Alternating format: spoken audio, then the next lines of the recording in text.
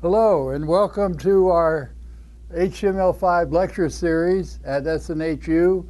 I'm Tom Adamson, visiting professor, and this is lecture 11, and it's going to be on attributes. So, what do you think of the shades? The hat, huh? Not bad. Well, let me know. Just drop a little comment. I'll do anything to try and keep this stuff interesting. What we're going to be talking about today is HTML attributes, and attributes are really, really cool when you mix them with HTML elements. Let me give you an idea here.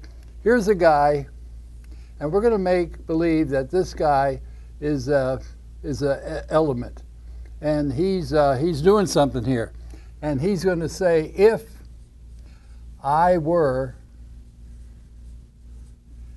an HTML element,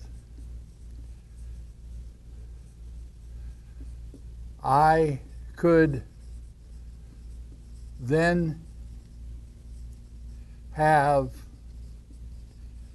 an attribute, A-T-T-R-I-B-U-T-E. And let's see what he means by that. What do we mean? If this guy were an HTML element, he could have an attribute. And what would this attribute be? Well, let's give him some hair and some ears. And what we're going to do, we're going to give him an attribute. And here's the attribute we're going to give him. Like this. And then he comes down here this way. And then he's like this. And he's like this. And here's a foot, just like this. And we're fixing up his attribute. And here it is. Here's the seat here. And then back here, there's a thing here. There's a great big wheel here, like this. Here's a wheel. And then there's this here, and this here, and then this comes out here, and out here there's another big wheel. This is his attribute. And what you can see his attribute is a motorbike that makes him go faster. So, and what his attribute is so I can go faster. And like with this motorbike.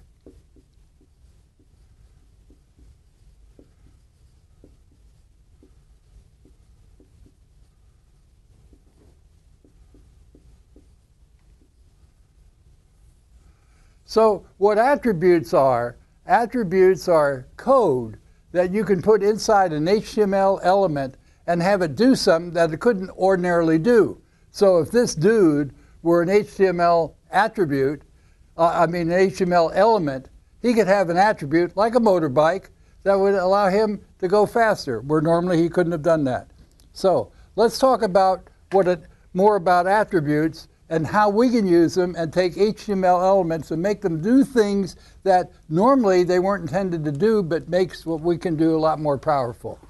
And that's what we're going to look at.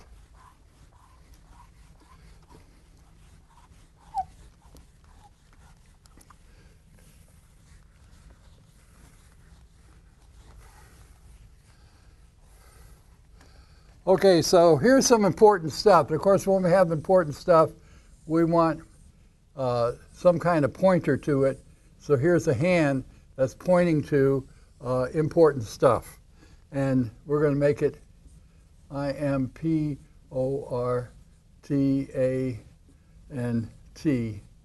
important stuff. Okay, and we'll put that on a wooden signboard with nails in it to hold it up so it doesn't fall. Here's one important thing about an attribute. An attribute, A-T-T-R-I-B-U-T-E,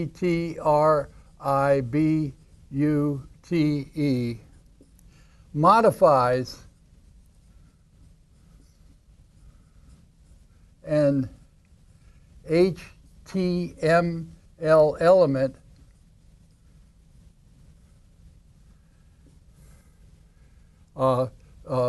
for what it can do. In other words, an HTML element has something that it can do, but what it does, an attribute will modify what it can do. And another important stuff is right here is this, is that an attribute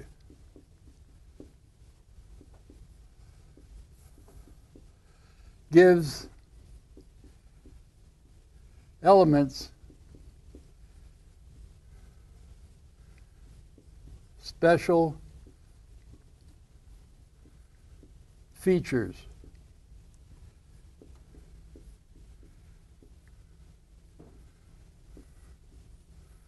So what we see here, the important stuff about attributes, an attribute modifies what an HTML element for what it can do, and an attribute gives an HTML element special features. Now, what I'm going to do here is that I'm going to give you an example, so I'll need for the camera to go here to the screen and zoom in on the screen. You don't have to follow me over here. And, okay, you're on the screen there. So what I'm going to do is I'm going to come here to this document, and I'm going to open it with Notepad, my favorite editor. And what I have here is a paragraph. And the paragraph says, this is my most important paragraph right here, okay? And if you look at it through a browser, we look at, there it is. This is my most important paragraph right here. This is what it looks like. And obviously in the browser, viewing the web page, I can't modify anything that's here. But I can put an attribute in here, and here's what I'm going to do. This is my web document, and there's my P for paragraph. So this is a paragraph element. I'm going to put an attribute in here, and the attribute I'm going to put in here is content, C-O-N-T-E-N-T, editable, E-D-I-T-A-B-L-E, equals, and inside quotation marks, true. What I just put in was, I put in an attribute right here, and I put it in the opening tag, and I said, content editable equals true. All right, so I'm going to save this, Control S to save it. I'm going to come back here, I'm going to refresh my web page, and now what I do is look at this. Look what I can do. I can now edit that. My most important, and I could not edit it before. So what I did with that paragraph element, my most cool, I'm going to put cool, see, my most cool paragraph right here. So because I put this attribute in here, content editable equals true, I can now allow the user or the viewer to edit what's in the web page itself. This is pretty cool as to what an attribute can do, don't you think? Okay, let's see. I have another example I'd like to give. And what I'm going to do here is I'm going to make a text area. T-E-X-T-A-R-E-A. This is a text area element. And I'm going to put here an attribute. And I'm going to put S-P-E-L-L-C-H-E-C-K, spell check equals true. And inside quotes. Just like this, okay? And then I'm just going to close off text area. Now, notice this one simple line of code. Text area, spell check equals true, text area. I'm going to come here, file, I'm going to save it. I'm going to come here and I'm going to refresh this. And now what do I get? Well, I get a text area, and I hope you can see this. See, I can take this and I can drag it and open it. And now I can put this as SPEL spell checking. Notice that the misspelled word, and this is now through a browser, this is now the thing that the user sees, and the user is typing in this area, and they realize, oh, they have a misspelled word because it's underlined in red. They right-click on that, and here come suggestions. How about spell? That's a good one. And if let's say I left off the I in checking, and I come here, it redlines it again, I right-click on it, it knows it should be checking. So with one line of code, right here, one simple line of code, I now have a very simple text editor that has built-in spell checking through the browser, and I can also change the size of that text editor. I can take this right here, I can highlight it, I can do a Control-C to copy it, I can come down here, make a new line, and make another new line, do a Control V to paste it. I have copy-paste functions, and this is done with one line of code. Now, folks, try and do that with C#. You'd have tons of code just to get to that point. One line of code to a browser, and bango, you got it made. Okay, let's go back and look at the board. Let's look at some attribute facts here. So hopefully I've sort of sold you on the power of attributes. And of course, you have to know what the attribute is, and you have to know how to use it. And now we're going to look at some attribute facts. As soon as I find, oh yeah, here it is. Here's where I put it.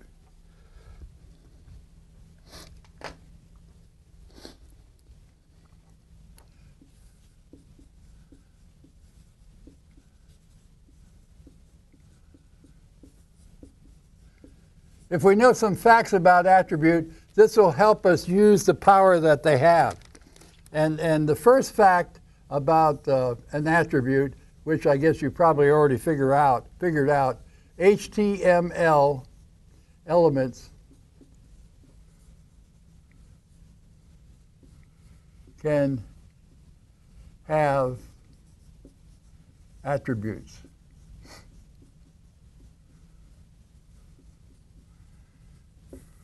And then another fact, number 2, attributes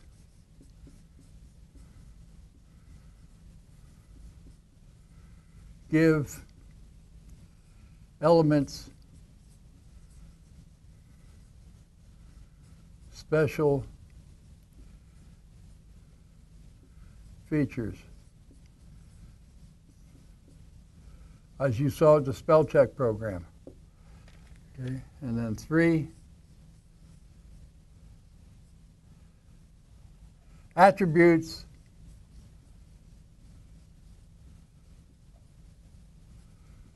are always specified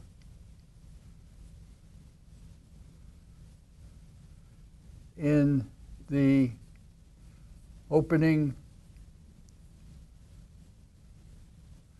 tag. They're never specified in the closing tag. It's always in the opening tag is where they're specified. And then number 4, attributes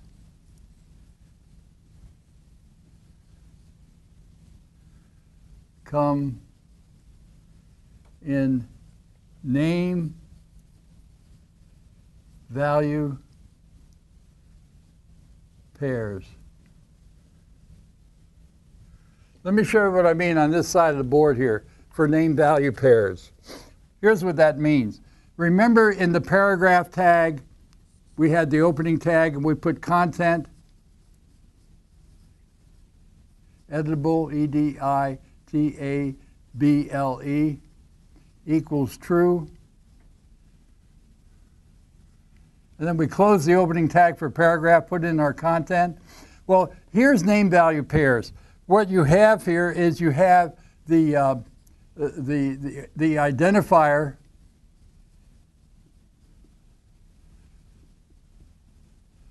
and then you have here the value. So that attributes always come this way. The other thing you had in the text area,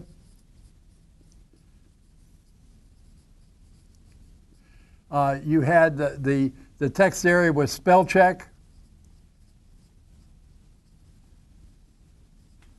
equals true. For doing spell checking, you could have had spell check equals false and it wouldn't spell check. The default for text area, by the way, is spell checking equal true. But again, you had the identifier spell check and you had the value, okay? And it's always done in the opening tag. All right, now let's go over here to fact number 5. Here's number 5 right here. Attribute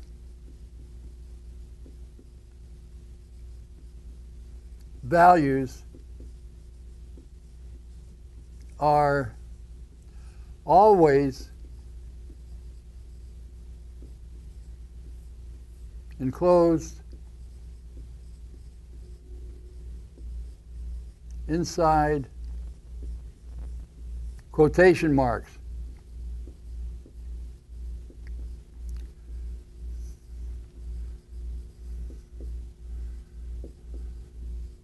And it's either single or double. In other words, going over here to this side of the board, if you notice the value true was always enclosed inside quotation marks. In the examples that I gave, they were double quotation marks, but they could just as well have been single quotation marks. And we'll see the reason for that. There's some good reasons for having that flexibility. So if you start with a single quotation mark, you need to end with a single quotation mark. Don't start with a double and end with a single, or else you'll get an error. All right, so fact number 6 about attributes is that attributes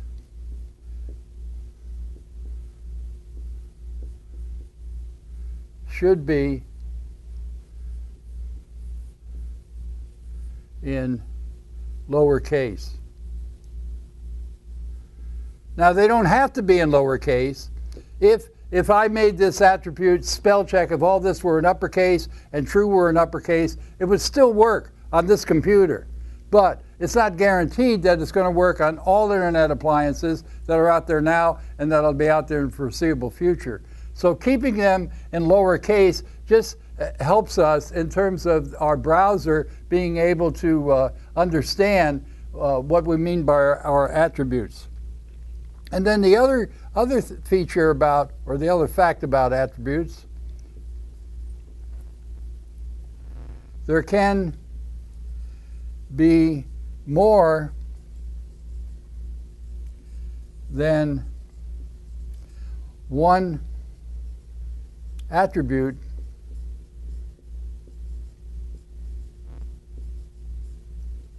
for an element. And let me illustrate what I mean. We can have more than one attribute for an element. Like, for example, here we have just one attribute for the paragraph element, which was content editable equals true.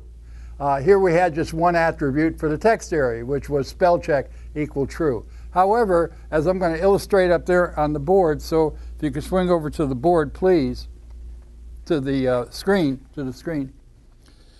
What I'm going to do here is I'm going to take an element, and I'm going to have an element that's an empty element, that actually is a void element.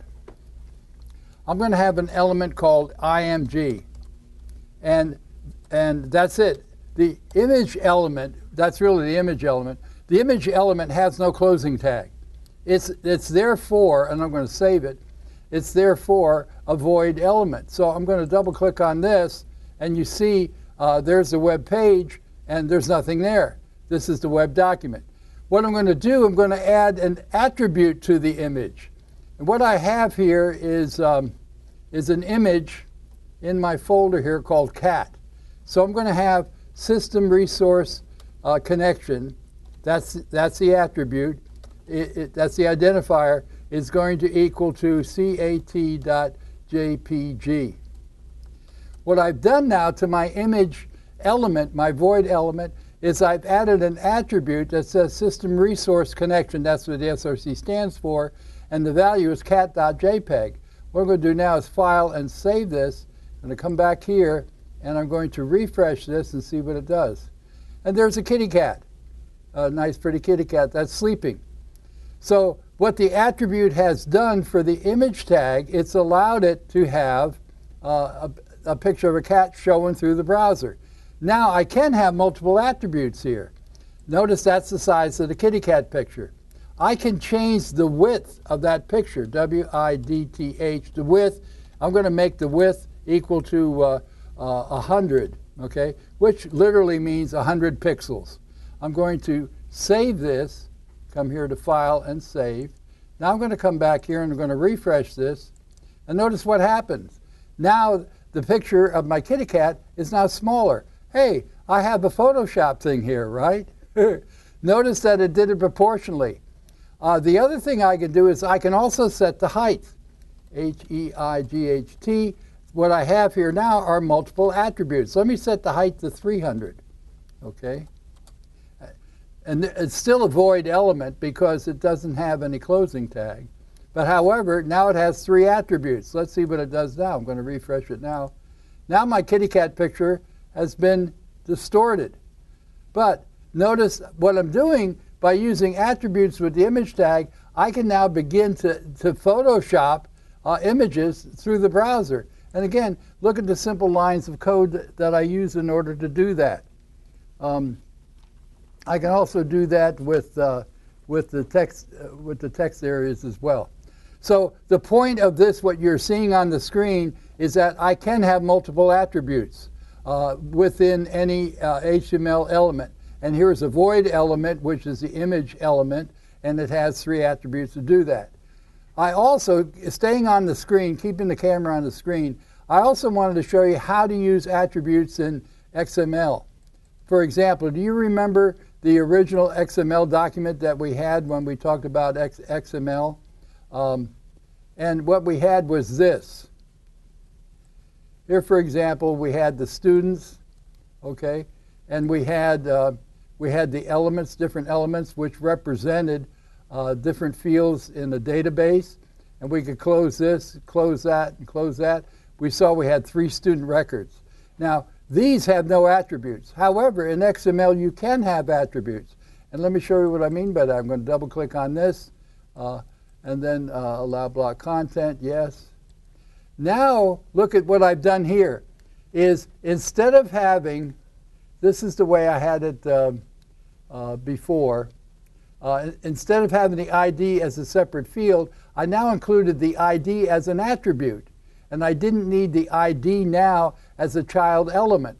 And you might say, well, what's the advantage of that? The advantage of that is that I can now look at each record here, and now I can see the student ID. I can get information about the record. And let's say I had a lot of these, and I was looking for a particular record ID of 5876. There it is right there. I click on it, and I've got it. I didn't have to open the whole thing in order to find what the ID was. The thing about IDs in XML is that you can have multiple attributes, just like you can in HTML, and the attributes are always in the opening tag. Like last name could also have attributes as well, and so could first name, and so could GPA. All right, let's get back on the screen. I'm going to close all the, let's get back on the board here. All right, so quickly review what we've done in this lecture. We've introduced the concept of attributes in HTML. And attributes in HTML5 are absolutely needed, absolutely required. And if you don't get the concept of attributes here, go back over it again, because HTML5 depends a lot on the use of different attributes. Okay, that's it for this lecture. Thanks for attending.